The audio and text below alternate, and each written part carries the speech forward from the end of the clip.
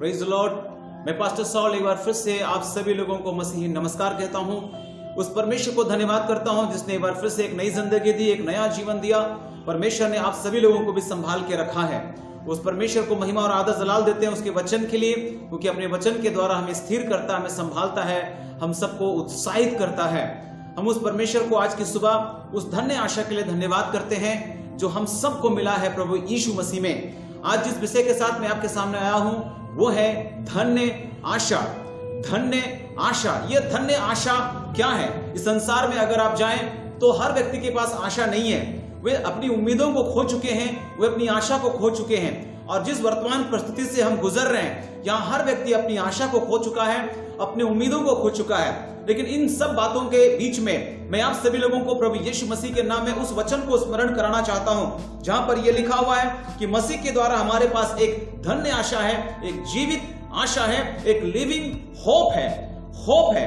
हाँ मेरे प्रियो, हम उसी आशा के बारे में आज आपसे बात करने के लिए आए हुए हैं। आप सभी जानते हैं कि परमेश्वर ने जब आदम को रचा था तो परमेश्वर ने उसको अपने स्वरूप और अपनी समानता में रचा था, अपना स्वभाव उसके अंदर डाला था, अपना जीवन उसके अंदर डाला था। परंतु जिस दिन आदम ने पाप किया, परमेश्वर ने कहा था कि जिस दिन तुम उस आज्ञा को जो मैं अभी तुमको दे रहा हूं नहीं मानोगे, मर जाओगे। मेरे प्रियो, आदम मरा नहीं। आदम वाटिका में उस फल को खाने के बाद भी इधर उधर फिर रहा था। केवल डर आ गया, भय आ गया, पेड़ के पीछे छुपा हुआ है। और परमेश्वर दिन के ठंडे समय में जैसा हर दिन आदम से मुलाकात करने के लिए आता था, उस दिन भी वो आदम से मुलाकात करने के लिए आया। उसने हर जगह आदम को तलाशा, नहीं मिला। उसने आवाज लगाई, यद्यपि परमेश्वर को पता है कि आदम ने क्या किया, क्योंकि वो सर्वज्ञानी परमेश्वर है। और आप सभी जानते हैं कि आदम को उसने आवाज दी, आदम आदम तू कहां है? तब उसके बाद आदम झाड़ियों के पीछे, पेड़ के पीछे छुपा हुआ, डरे हुए समय में इस बात को कह रहा है। परमेश्वर ने उनसे कहा, क्या तुम उस फल को खा चुका? उसने अपनी गलती स्वीकार नहीं की। उसने स्त्री पर दोष लगाया, उसने परमेश्वर पर दोष लगाया कि जो स्त्री तूने मुझे दी थी उसने मुझे वो फल खिला दिया। और इस प्रकार से हम देखते मेरे प्रियो कि आदम के अंदर परमेश्वर का जो जीवन था वो उसी दिन उसमें से निकल गया। परमेश्वर का जीवन, जो जीवन, इटर्नल लाइफ, अनंत जीवन, कभी ना अंत होने वाला जीवन जो परमेश्वर के अंदर है, आदम के अंदर था। परंतु पाप की वजह से वो जीवन उसके अंदर से निकल गया। परंतु हम परमेश्वर को धन्यवाद करते हैं उसके उस प्रेम के लिए, अद्भुत प्रेम के लिए, एक सच्चा प्रेम, एक निस्वार्थ प्रेम, एक अगापे प्रेम के लिए, जिसके कारण हमको वो जीवन दोबारा मसीह यीशु के द्वारा हमको मिल गया है। हालेलुया। और यही हमारे लिए एक धन्य आशा है। मेरे प्रियो, जब हम धन्य आशा की बात करें तो सबसे पहली बात जो आपके सामने हम बताना चाहते हैं वो धन्य आशा है अनंत जीवन। जो जीवन हमने आदम में खो दिया था वो जीवन यीशु मसीह के द्वारा हमको मिल गया। जैसा यूहन्ना 3:16, इससे आप सभी परिचित हैं और इसको आपको पूरी तरह से याद भी होगा। यदि याद नहीं है तो यह आपका दुर्भाग्य है। यूहन्ना 3:16 कहता है कि परमेश्वर ने जगत से ऐसा प्रेम किया कि उसने अपना एक लौता पुत्र दे दिया, ताकि जो कोई उस पर विश्वास करे वो नाश ना हो वरन अनंत जीवन पाए। और यही हमारे लिए धन्य आशा है, अनंत जीवन। वो जीवन जो आदम में हमने खो दिया था, वो जीवन यीशु में हमें दोबारा मिल चुका है। उस पर विश्वास करने के कारण, उस पर ईमान लाने के कारण। संसार के पास ये आशा नहीं है, उनको पता नहीं है उस जीवन के बारे में। उसको केवल इस जीवन के बारे में पता है जो इस संसार में है। वो केवल इसी जीवन की आशा करते हैं। परंतु हमारे लिए मेरे प्रियो, मृत्यु के बाद भी एक ऐसी आशा है, एक ऐसे जीवन की जो परमेश्वर का जीवन है, जो इटर्नल है, जो अनंत है, जो कभी ना अंत होने वाला जीवन है। सो वो अनंत जीवन, ये पहली हमारे लिए धन्य आशा है। दूसरा आशा जो हमारा यह है, देह का पुनरुत्थान। देह का पुनरुत्थान, जब हम पहला कुरिन्थी और उसका 15 अध्याय और उसका 53 पद से आगे पढ़ेंगे, वहां पर ऐसा लिखा है, क्योंकि अवश्य है कि यह नाशवान दे अविनाश को पहन ले और यह मरणहार दे अमरता को पहन ले। और जब यह नाशवान अविनाश को पहन लेगा और यह मरणहार अमरता को पहन लेगा, तब वह वचन जो लिखा हो जाएगा, लिखा है, पूरा हो जाएगा। माफ कीजिएगा, जय ने मृत्यु को निगल लिया। हे मृत्यु तेरी जय कहां रही है? मृत्यु तेरा डंक कहां रहा? हालेलुया। मुर्दे जी उठेंगे और एक ऐसे देह के साथ जो महिमामय है, जो ग्लोरियस है। हमारा इस नाशवान शरीर को अविनाशी बनाया जाएगा, हमारे मरणहार शरीर को अमर बनाया जाएगा। हालेलुया। सो मेरे प्रियो, हमें एक स्वर्गीय देह दिया जाएगा। पार्थिव देह अलग है, ये शरीर जिसको हम पार्थिव देह कहते हैं ये बदल जाएगा और उसको एक ऐसा शरीर जिसको हम स्वर्गीय देह बोल सकते हैं, महिमामय देह बोल सकते हैं, तेजोमय देह बोल सकते हैं। यीशु मसीह के पुनरुत्थान के बाद जो देह उसके पास था वही देह हमको दिया जाएगा। हालेलुया। तो ये धन्य आशा है मेरे प्रियो जो दुनिया में किसी के पास नहीं है। वे जन्म चक्र में फंसे पड़े हुए हैं, इस जन्म में ये है, अगला जन्म में वो है, इस चक्र में वो लोग हैं। परंतु परमेश्वर ने आपको एक ऐसा धन्य आशा दिया है जो दुनिया में किसी के पास नहीं है। वो जीवन आपके पास है और वो यीशु मसीह में हमको मिला है। यानी देह का पुनरुत्थान यह संपूर्ण छुटकारा को बताता है, संपूर्ण छुटकारा। यद्यपि इस शरीर में हम दुख उठा रहे हैं, इस शरीर में हमारे पास बीमारी है, इस शरीर में हमारे पास निराशा है, इस शरीर में हमें तकलीफ है, कष्ट है, परंतु वो शरीर जो हमको दिया जाएगा वो एक ऐसा शरीर है जहां पर कोई तकलीफ नहीं होगा, जहां पर मृत्यु नहीं होगा, जहां पर बीमारी नहीं होगा, जहां पर कोई चिंता की बात नहीं होगी। और ये देह का पुनरुत्थान ही हमारा संपूर्ण छुटकारा है। हालेलुया।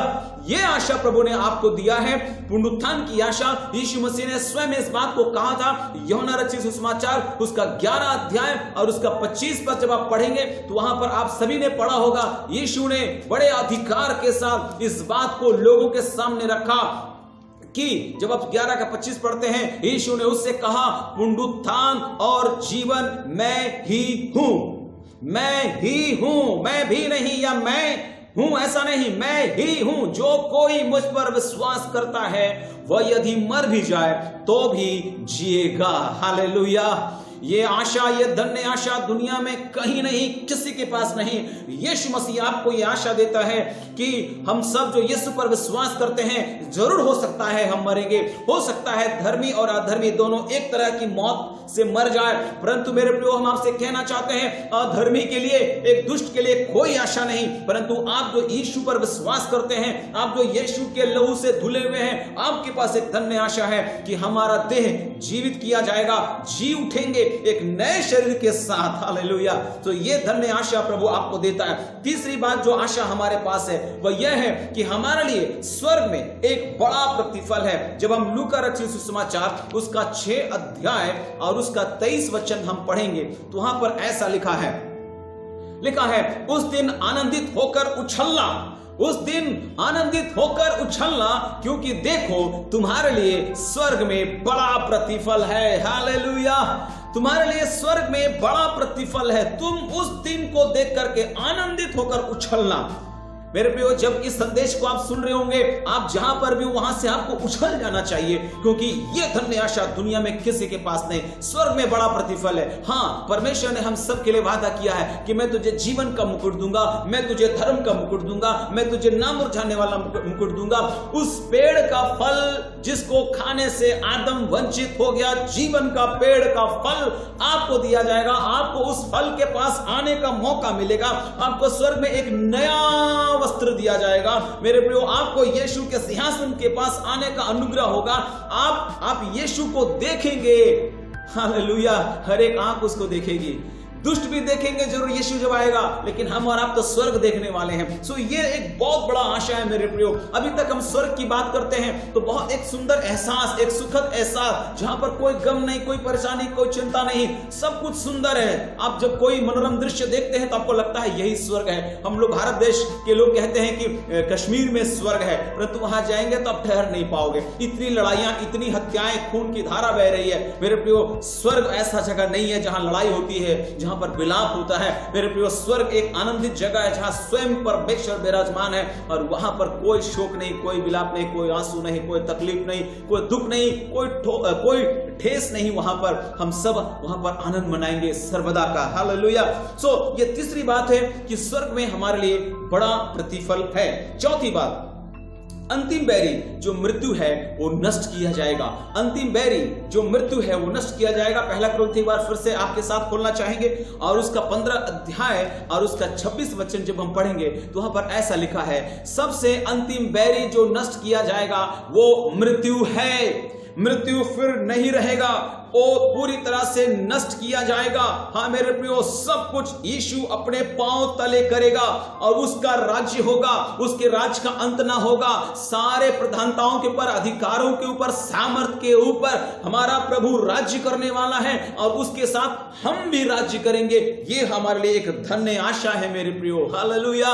शायद इस पृथ्वी पर अभी गरीबी की जिंदगी जी रहे हैं, शायद इस पृथ्वी पर लाजर के समान आपकी जिंदगी है, शायद इस पृथ्वी पर आप तिरस्कृत हैं, शायद इस पृथ्वी पर निराश है, शायद इस पृथ्वी पर आप थके हुए हैं, परंतु स्वर्ग में आप मेरे प्रियो, आप और हमें परमेश्वर अपने पुत्र यीशु मसीह के द्वारा अधिकार देने वाला है। हमें भी उस दाहिने ओर बिठाया जाएगा। परमेश्वर अपने राइट हैंड में, अपने दाहिनी ओर हमें बैठाएगा। हम उस प्रभु को महिमा देते हैं। ये चौथी बात है कि अंतिम बैरी जो मृत्यु है वो नाश किया जाएगा। आज हर व्यक्ति मृत्यु से डर रहा है। हर व्यक्ति को डर है कि अगला शिकार इस बीमारी का कौन होगा, मैं उस बीमारी का प्रभाव में आ जाऊंगा, क्या मुझे वो संक्रमण हो जाएगा। हर व्यक्ति को डर है, हर व्यक्ति को कष्ट है, हर व्यक्ति को चिंता है, परंतु आपके लिए आशा यह है मेरे प्रियो कि मरने के बाद भी आप जीवन पाने वाले हैं और मृत्यु जो है नष्ट किया जाएगा। हम सब जिस जगह में पड़े होंगे, हमारा शरीर, हमारी लोथें जहां पड़ी होगी, वहां से हम जिंदा होकर प्रभु के राज्य में हम सब होंगे। यह हमारे लिए एक धन्य आशा है। पांचवी आशा, अनंत काल तक हम मसीह के साथ रहने वाले हैं। अनंत काल तक हम मसीह के साथ रहने वाले हैं। जब हम भजन संहिता 23 अध्याय, जो बहुत ही सुंदर भजन दाऊद के द्वारा रचा हुआ ये भजन, जब हम उसका 23 अध्याय को पढ़ते हैं तो वहां पर एक बहुत ही अच्छा और सुंदर धन्य आशा के बारे में हम लोग पढ़ते हैं। लिखा है 23:6 में, निश्चय भलाई और करुणा जीवन भर मेरे साथ बने रहेगी और मैं यहोवा के धाम में सर्वदा वास करूंगा। हालेलुया। यहोवा के धाम में सर्वदा वास करने के लिए आप बनाए गए हैं। अगर आप यीशु के लहू का छाप, अगर आप पवित्र आत्मा का छाप, अगर आप वचन के अनुसार, वचन के आईने में खुद की जिंदगी को हर दिन संवारने और सजाने वाले लोग हैं, तो आपसे मैं कहना चाहता हूं कि आप यहोवा के धाम में सर्वदा रहेंगे, आप उसके निवास स्थान में सर्वदा रहेंगे, क्योंकि यीशु मसीह ने स्वयं यूहन्ना रचित सुसमाचार 14 अध्याय में हम सबको यह धन्य आशा दिया है। जरूर इस पृथ्वी पर हम व्याकुल हैं, जरूर हम डरे हुए हैं। यीशु ने ऐसा कहा, तुम्हारा मन व्याकुल ना हो, 14 पद में, परमेश्वर पर विश्वास रखो और मुझ पर भी विश्वास रखो। मेरे पिता के घर में बहुत से रहने के स्थान है, यदि ना होते तो मैं तुमसे कह देता, क्योंकि मैं तुम्हारे लिए जगह तैयार करने जाता हूं, और यदि मैं जाकर तुम्हारे लिए जगह तैयार करूं तो फिर आकर तुम्हें अपने यहां ले जाऊं, कि जहां मैं रहूं वहां तुम भी रहो। हालेलुया। जहां मैं हूं वहां तुम भी रहो। यीशु मसीह कहां पर है? आप सबको पता है, वो पिता के दाहिनी ओर जा बैठा है। हम वहीं पर होंगे।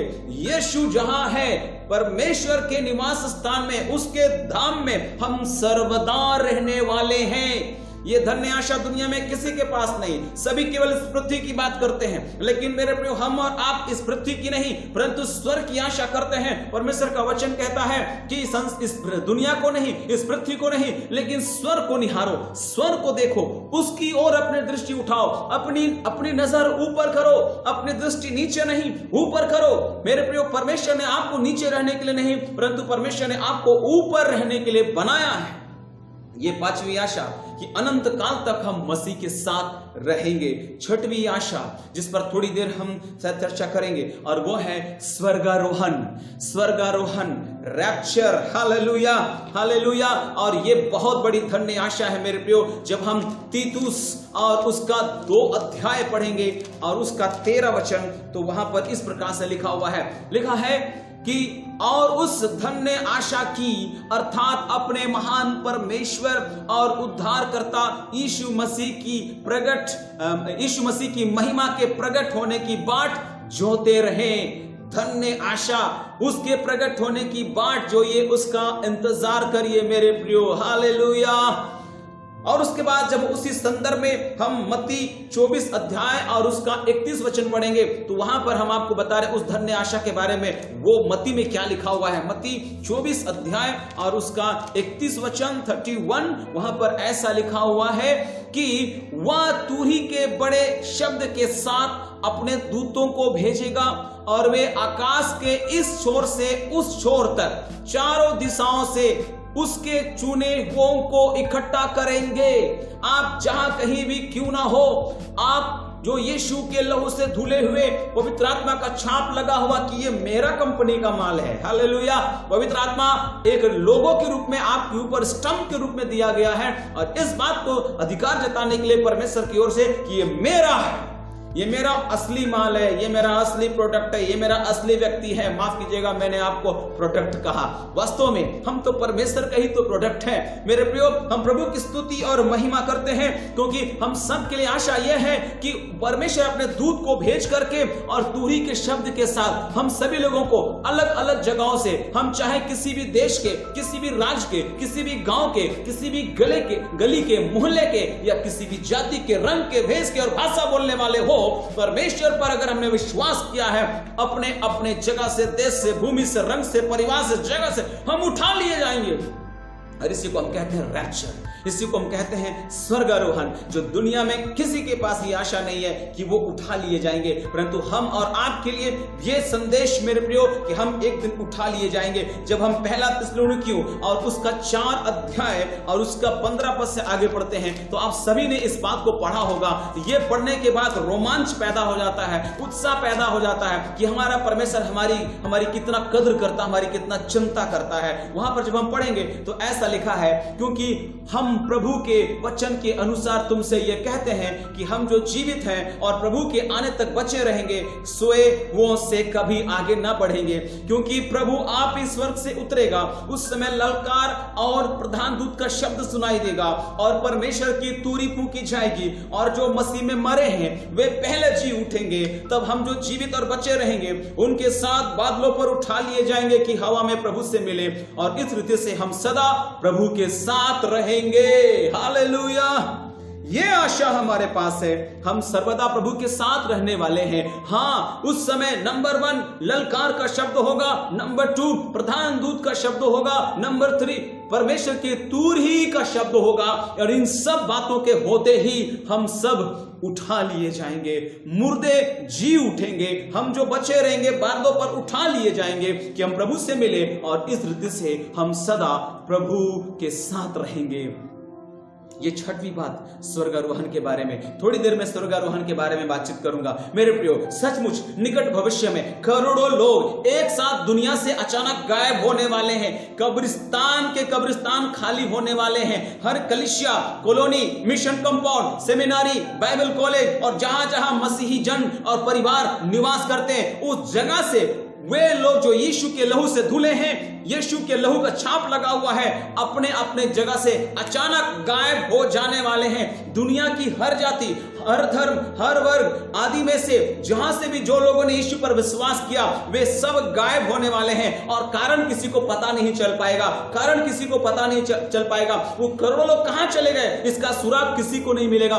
दुनिया में हड़कंप मच जाएगा, सारी पृथ्वी पर सनसनी फैल जाएगी और सभी लोग, जो लोग विश्वास में हैं, कई लोग अपने मां को ढूंढ रहे होंगे, कई लोग अपने बाप को ढूंढ रहे होंगे, कई लोग अपने बच्चे को ढूंढ रहे होंगे, भाई बहन को ढूंढ रहा होगा, बहन भाई को ढूंढ रही होगी। किसी को अपने परिवार के बारे में पता नहीं चल पाएगा। जो यीशु के लहू से धुले हैं, जिस जिस जगह से भी उन्होंने यीशु पर विश्वास किया, जिस जिस परिवार से भी यीशु पर विश्वास किया, वहां से वे लोग उठा लिए जाएंगे। ये स्वर्गारोहण के दिन होगा। दुनिया के हर न्यूज चैनलों में उनके गायब होने की खबर छापी जाएगी। प्रिंट मीडिया हो, इलेक्ट्रॉनिक मीडिया हो, सोशल मीडिया हो, सब जगह भूचाल मचे रहेगा। आज कुछ भी जब नया न्यूज आता है तो सभी लोग कैसे न्यूज चैनल को देख करके, सोशल मीडिया को देख करके अचंभित होते हैं। उस दिन क्या होने वाला है जरा सोच लीजिए, जब करोड़ों लोग गायब हो जाएंगे जो यीशु के लहू से धुले हुए हैं। ये रैप्चर के दिन होगा। ये एक सीक्रेट प्लान जो परमेश्वर ने आपके लिए और हमारे लिए बनाया है। ये दुनिया में किसी के पास ये धन्य आशा नहीं है मेरे प्रियो, परमेश्वर ने आपको और हमको दिया है। आतंक और दहशत, सन्नाटा पूरी दुनिया में फैल जाएगी। सभी लोग घबरा जाएंगे, आखिर ये क्या हुआ, आखिर ये क्या हो गया। और दुनिया में हर देश की पुलिस, हर देश का प्रशासन उसके सिर पर बल आ जाएगा। वे लोग सोचेंगे ये क्या हो गया, ऐसे कैसे हो गया। दुनिया में अराजकता फैल जाएगी। लोग अपने जनप्रतिनिधियों के विरुद्ध में हिंसक आंदोलन पर उतर जाएंगे। मारकाट, खून खराबा, लूटपाट आम हो जाएगी। लोगों की उग्रता के सामने हर देश का कानून विफल हो जाएगा। हर जगह भीड़ बेकाबू हो जाएगी, लाठीचार्ज होगा। मेरा लोग कहां चला गया, मेरा परिवार कहां चला गया, मेरा जाति का भाई कहां चला गया। बहन भाई को खोजेगा, मां बाप को खोजेगा, बाप मां को खोजेगा। इस प्रकार से मेरे प्रियो आप देखेंगे पूरी दुनिया में एक ऐसा मंजर होगा जिसका शब्दों में इस समय मैं आपके सामने बयान नहीं कर सकता हूं। हाँ मेरे प्रियो, लोगों की भीड़ अपने अपने विश्वास के अनुसार कोई मंदिर में, कोई मस्जिद में, कोई गिरजाघर में खड़ा होकर ईश्वर से दया की याचना करते हुए नजर आएंगे। हर देश की सरकार जो है अपनी साखें बचाने के लिए तरह तरह के बयानबाजी करेंगे और वो लोग बोलेंगे ये कोई आतंकवादी घटना हो सकता है, या हो सकता है कोई उधर अंतरिक्ष से कोई आकर के जो है ना इनको गायब कर दिया। और इस प्रकार से दुनिया में एक आपातकाल घोषित किया जाएगा और इस प्रकार से दुनिया का हर देश अलर्ट रहेगा और घबराया हुआ रहेगा, भयभीत रहेगा। मेरे प्रियो, लोग कई तरह की अटकलें लगाएंगे कि ये क्या हुआ। कुछ लोग बोलेंगे एलियंस गायब कर दिया या कुछ और हो गया। इस प्रकार की बातें अपनी साख बचाने के लिए सरकार अपने तरफ से बयानबाजी के रूप में लोगों के सामने रखेगा। मेरे प्रियो, और दुनिया के हर देश के लोग इतने भयभीत रहेंगे कि वे लोग हर चीज में कर्फ्यू लगा देगा। फेसबुक को, गूगल को, न्यूज चैनल को, सोशल मीडिया को, उस पर प्रतिबंध लगा दिया जाएगा। महंगाई अपने चरम पर होगा और इस प्रकार से हम देखते हैं कि हर सरकार अपने लोगों को अपील करेगा घर में रहो, नहीं तो तुम भी गायब हो जाओगे। ऐसा थोड़ी है, हर लोग गायब नहीं होने वाले। जो यीशु के लहू से धुले हुए हैं, जो पवित्र आत्मा का छाप लगा हुआ है, जो परमेश्वर के इस वचन पवित्र शास्त्र बाइबल के अनुसार है, वे गायब होंगे। हालेलुया। ये आशा का संदेश आज आपको बताना पड़ेगा कि वो लोग या ना सोचे कि ऐसा क्या हो गया। हाँ मेरे प्रियो, बाइबल साफ रीति से बताती है कि दो जन खेत में होंगे, एक उठा लिया जाएगा। दो खाट पर होंगे, एक उठा लिया जाएगा। दो जन चक्की पीसते होंगे, एक उठा लिया जाएगा। क्या आप उस उठा लिए जाने में अपने आप को देख रहे हैं? क्या सचमुच आप उठा लिए जाने वाले हैं? हाँ मेरे प्रियो, ये होगा, आप माने या ना माने। दुनिया में ये बातें बहुत जल्द पूरी होने वाली है। इसके लिए खुद को तैयार करें। करोड़ों लोग गायब होने वाले हैं जो यीशु के लहू से धुले हुए हैं। ये एक आत्मिक सत्य है। इसके लिए आपको अपने आप को तैयार कर लेना चाहिए। मेरे प्रियो, इस बात की भविष्यवाणियां लगभग इस संदर्भ में जो कुछ बाइबल में लिखी गई है वो पूरा होता हुआ दिख रहा है। परमेश्वर की घड़ी, इतिहास की घड़ी चल रही है। वो कभी भी तेज नहीं चली और कभी भी धीरे भी नहीं हुई। वो निरंतर और लगातार बस चल ही रही है। हमको युग के अंत के निकट और लेके जा रही है। हम अंत के जितना करीब है, यह खुलासा तो समय के द्वारा ही किया जाएगा। हाँ, ये खुलासा समय के द्वारा अपने आप प्रकट हो जाएगा हमारे जीवन में। अपने अनंत भविष्य को दांव पर मत लगाइए। अपने अनंत भविष्य को दांव पर मत लगाइए, क्योंकि समय बहुत शीघ्र आने वाला है। इसकी तैयारी हो चुकी है मेरे प्रियो, और इसका ठोस प्रमाण बाइबल हमको बताती है कि हम कितने करीब हैं उस भविष्यवाणी के पूरे होने के। तो ये स्वर्गारोहण मेरे प्रियो हमारे लिए बहुत बड़ी आशा है। हम इस पृथ्वी पर नहीं रहेंगे, और आप सभी को पता है कि स्वर्गारोहण के ठीक बाद महाक्लेश होने वाला है। कुछ लोग ऐसा बोलते हैं कि महाक्लेश के बाद स्वर्गारोहण होगा, लेकिन मैं इस बात पर सहमत नहीं हूं। और कई प्रभु के दास जिनसे मैंने शिक्षा ली है, उनसे भी अध्ययन करने के बाद और पवित्र शास्त्र अध्ययन करने के बाद मुझे ऐसा लगा, नहीं, परमेश्वर आपको और हमको जो यीशु के लहू से धुले हैं महाक्लेश में नहीं छोड़ेगा।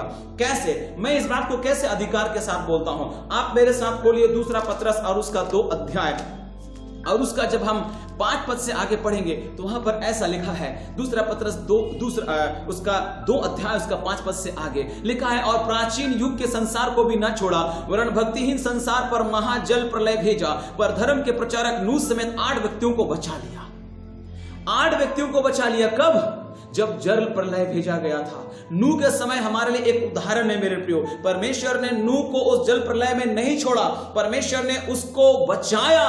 नूह को परिवार समेत बचाया, धर्मी को बचाया, आपको भी बचाएगा। महाक्लेश में आपको पढ़ने नहीं दिया जाएगा। और जब आप नीचे पढ़ते हैं 6 पद में लिखा है, और सदोम और अमोरा के नगरों को विनाश का ऐसा दंड दिया कि उन्हें भस्म करके राख में मिला दिया, ताकि वे आने वाले भक्तिहीन लोगों की शिक्षा के लिए एक दृष्टांत बने। सदोम और अमोरा में भी लूत और उसके फैमिली को परमेश्वर ने बचा लिया, तो आपको उस महाक्लेश में कैसे छोड़ देगा। जब हम पवित्र शास्त्र में दूसरा कुछ उदाहरण देखते हैं लूका में 17 अध्याय में, तो वहां पर भी हम इस बात को पाएंगे। लूका 17 अध्याय आप मेरे साथ खोलिए, और वहां पर हम उस संदर्भ को जो आप इस समय में आपके सामने रखना चाहता हूं, आप मेरे साथ पढ़ सकते हैं। जब हम उसका 27 पद से आगे बढ़ते हैं, लूका और उसका 17 अध्याय और उसका 27 पद से आगे, तो लिखा है कि माफ कीजिएगा 26 से पढ़ते हैं। चलिए, लिखा है, जैसा नूह के दिनों में हुआ था वैसे ही मनुष्य के पुत्र के दिनों में भी होगा। जैसे नूह के दिनों में हुआ था वैसे ही। और उसके बाद 27 में लिखा है, जिस दिन तक नूह जहाज पर ना चढ़ा उस दिन तक लोग खाते पीते थे और उनमें विवाह होते थे, तब जल प्रलय ने आकर उन सबको नष्ट कर दिया। उनको तो नष्ट कर दिया, लेकिन नूह और उसके परिवार को बचा लिया। जब हम 28 पद से आगे पढ़ते हैं तो लिखा है, और जैसा लूत के दिनों में हुआ था कि लोग खाते पीते, लेन देन करते, पेड़ लगाते और घर बनाते थे, परंतु जिस दिन लूत सदोम से निकला, जिस दिन वो निकला, उस दिन आग और गंधक आग से आकाश से बरसी और सबको क्या कर दिया, नष्ट कर दिया। जिस दिन लूत निकला, जिस दिन कलीसिया यहां से निकला, दुनिया के लिए आफत है, दुनिया के लिए बहुत खतरनाक समय है, दुनिया के लिए महाक्लेश। ना कभी ऐसा हुआ है और ना कभी होगा। इससे पहले के संदेश में मैंने YouTube में इस संदेश को छोड़ा है महाक्लेश के ऊपर में। मनुष्य के पुत्र के प्रकट होने के दिन भी ऐसा ही होगा, लिखा है पवित्र शास्त्र में 17:23 लूका में। हाँ मेरे प्रियो, नूह का समय एक उदाहरण है, लूत का समय एक उदाहरण है। मनुष्य के पुत्र के दिन भी ऐसा ही होगा बोल के बाइबल स्पष्ट बताती है। इसलिए स्वर्गारोहण महाक्लेश से पहले होगा इस वचन के अनुसार। और एक संदर्भ मैं लूंगा आपके लिए, पहला थिस्सलुनी उसका 1 अध्याय और उसका 10 वचन। पहला थिस्सलुनी उसका 1 अध्याय और उसका 10 वचन। वहां पर ऐसा लिखा है, और उसके पुत्र के स्वर्ग पर से आने की बाट जोहते रहो, जिसे उसने मरे हुए में से जिलाया, अर्थात यीशु को, जो हमें आने वाले प्रकोप से बचाता है। हालेलुया। आने वाले प्रकोप से वो हमको क्या करता है, बचाता है। प्रकाशित वाक्य और उसका 3 अध्याय और उसका 10 वचन जब हम पढ़ेंगे तो वहां पर ऐसा लिखा है, प्रकाशित वाक्य 3 और उसका 10 लिखा है, तूने मेरे धीरज के वचन को थामा है, इसलिए मैं भी तुझे परीक्षा के उस समय बचा कर रखूंगा जो पृथ्वी पर रहने वालों के परखने के लिए सारे संसार पर आने वाला है। हालेलुया। तुमको बचा के रखेगा वो क्लेश जो इस दुनिया में आने वाला है, उसको महाक्लेश। यहां पर महाक्लेश की बात हो रही है, यहां कोई साधारण एग्जाम की बात नहीं हो रही है, ये उस महाक्लेश की बात हो रही है जो दुनिया में आने वाला है। सो परमेश्वर कलीसिया को महाक्लेश में नहीं रखेगा। महाक्लेश से पहले हम और आपका स्वर्गारोहण हो चुका होगा। सो मेरे प्रियो, आने वाले समय में जबकि ये सारी बातें पूरी होने वाली है, स्वर्गारोहण के संबंध में जितनी भी भविष्यवाणियां बाइबल में की गई है, वो सारी बातें आज हमारे समय में पूर्ण हो रही है। आपको कितना उसके परमेश्वर के लिए तैयार हो जाना चाहिए। वक्त नहीं है हमारे पास, समय नहीं है हमारे पास। मैं यहाँ पर अपने संदेश को विराम दे रहा हूं, लेकिन एक आखिरी धन्य आशा के बारे में बोल करके समाप्त कर रहा हूं, और वह है यीशु का दूसरा आगमन। यीशु का दूसरा आगमन, और इस बात से तो आप सभी लोग परिचित हैं। प्रभु ने चाहा तो हम यीशु के दूसरे आगमन में क्या क्या होने वाला है, क्या कुछ होगा, उस पर भी हम चर्चा करते हुए आपके साथ होंगे। परमेश्वर आप लोगों को बहुतायत के साथ आशीष दे। इन बातों के द्वारा एक दूसरे को शांति दिया करें। इन बातों के द्वारा परमेश्वर पर अपना विश्वास और बढ़ाइए। मैं आपको उत्साहित करता हूं, ये समय ढूल मूल के नीति के अनुसार चलने की आवश्यकता नहीं है। ये समय सुस्त होने की जरूरत नहीं है। ये समय आलसी बने रहने का समय नहीं है। ये समय निश्चिंत रहने का समय नहीं है। ये समय है कि हम प्रभु के लिए जाग जाएं, वचन के लिए जाग जाएं, जागृत हो जाएं, प्रार्थना करें। पौलुस का एक कथन मुझे याद आता है और उस कथन के साथ मैं अंत करता हूं। पहला कुरिन्थी 16 अध्याय उसका 13 और 14 पद लिखा है, जागते रहो, विश्वास में स्थिर रहो, पुरुषार्थ करो, बलवंत हो, और जो कुछ करते हो प्रेम से करो। परमेश्वर इस वचन के द्वारा आपको बहुतायत के साथ आशीष प्रदान करे। प्रभु ने चाहा तो दोबारा हमारी मुलाकात यूट्यूब के जरिए से, सोशल मीडिया के जरिए से होगी। तब तक के लिए मुझे इजाजत दीजिए। जय मसीह की। Praise the Lord.